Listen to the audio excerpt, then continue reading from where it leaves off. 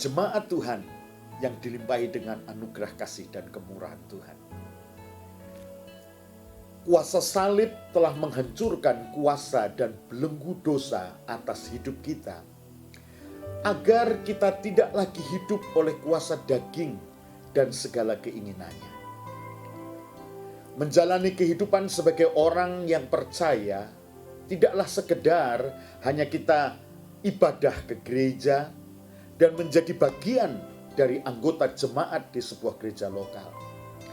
Namun percaya kepada Yesus Kristus yang telah mati di kayu salib untuk membayar harga penebusan kita, agar kita berusaha dan berjuang untuk sekiranya memperagakan kehidupan Kristus itu nyata di dalam kita.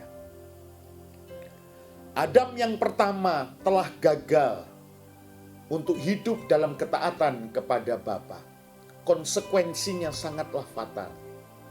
Terhalau dari hadirat Allah dan terbuang dalam api kebinasaan kekal. Segala usaha manusia tidak cukup mampu untuk membawa kembali manusia bersekutu dengan Bapa, Allah Sang Pencipta. Tragis bagi kita anak cucu keturunan Adam, sebab di dalam gen kita, turunan darah genetika kita telah mewarisi kodrat dosa. Tidak perlu menunggu berbuat dosa barulah kita disebut orang berdosa. Saya analogikan seperti seekor macan. Dia adalah binatang buas. Tidak perlu menunggu macan itu memangsa dan memakan seekor anak rusa baru dia dikatakan binatang buas. Tetapi sebenarnya dia adalah binatang buas. Tinggal tunggu ada kesempatan untuk melangsungkan kehidupannya. Dia perlu asupan makan. Dan kalau kesempatan itu tiba, ada anak rusa yang bisa diterkam dan dimangsanya, pastilah akan ia lakukan. Demikian dengan kehidupan kita yang telah takluk dalam kodrat dosa. Jemaat kekasih Tuhan, dosa sesungguhnya adalah ketidakmampuan kita untuk taat kepada kehendak Bapa. Perbuatan kejahatan, hal-hal yang melanggar aturan dan nilai-nilai moral adalah sesungguhnya buah dari dosa itu sendiri. Menjadi orang yang beragama membuat kita mengerti larangan-larangannya. Namun kenyataannya daging kita tidak kuasa untuk tidak melakukannya. Keinginan daging untuk semua kenikmatannya seringkali jauh lebih berkuasa mengendalikan kita. Keinginan daging yang digerakkan oleh ego dan keakuan kita adalah kuasa dari dosa yang bersumber dari ketidaktaatan dan pemberontakan terhadap kehendak Allah. Ego dan kuasa keakuan kita seringkali begitu ahli dan fasih bersembunyi di balik agamawi kita. Untuk itulah kasih Bapa telah mengutus Kristus Yesus sebagai Adam yang terakhir untuk menyelamatkan kita manusia, agar kita dapat menerima warisan sebagai kodrat ilahi kita, untuk kita dimampukan taat kepada kehendak Bapa. Percaya dan menerima Yesus Kristus Tuhan bukanlah membawa kita pada status beragama Kristen semata-mata.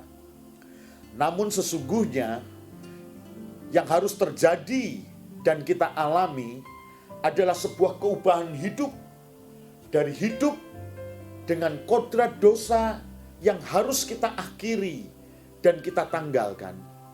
Kita berjuang mengenakan serta memperagakan kodrat ilahi di dalam kehidupan kita. Di atas kayu salib, Kristus Yesus telah mengubah kehinaan menjadi satu keagungan dan kemuliaan. Salib adalah kemenangan atas kuasa dosa bagi kita. Untuk itu, sebagaimana ayat firman Tuhan dalam kitab Galatia pasal 2 ayat yang ke-19 dan 20 berkata, "Sebab aku telah mati oleh hukum Taurat untuk hukum Taurat, supaya aku hidup untuk Allah."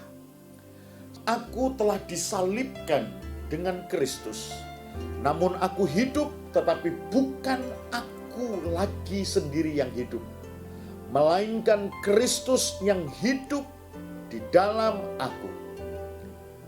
Dan hidup yang kuhidupi sekarang di dalam daging adalah hidup oleh iman dalam Anak Allah yang telah mengasihi aku dan menyerahkan dirinya untuk aku. Bersekutu dalam kuasa salib Kristus Yesus adalah berkat istimewa bagi kita. Itulah terang yang terbit dan bercahaya dalam hati kita, yang kita peroleh dari pengetahuan tentang kemuliaan Allah yang nampak pada wajah Kristus. Oleh dan di dalam persekutuan dengan kuasa salib Kristus, maka kegelapan akan segera berakhir. Terang akan terbit dan bercahaya.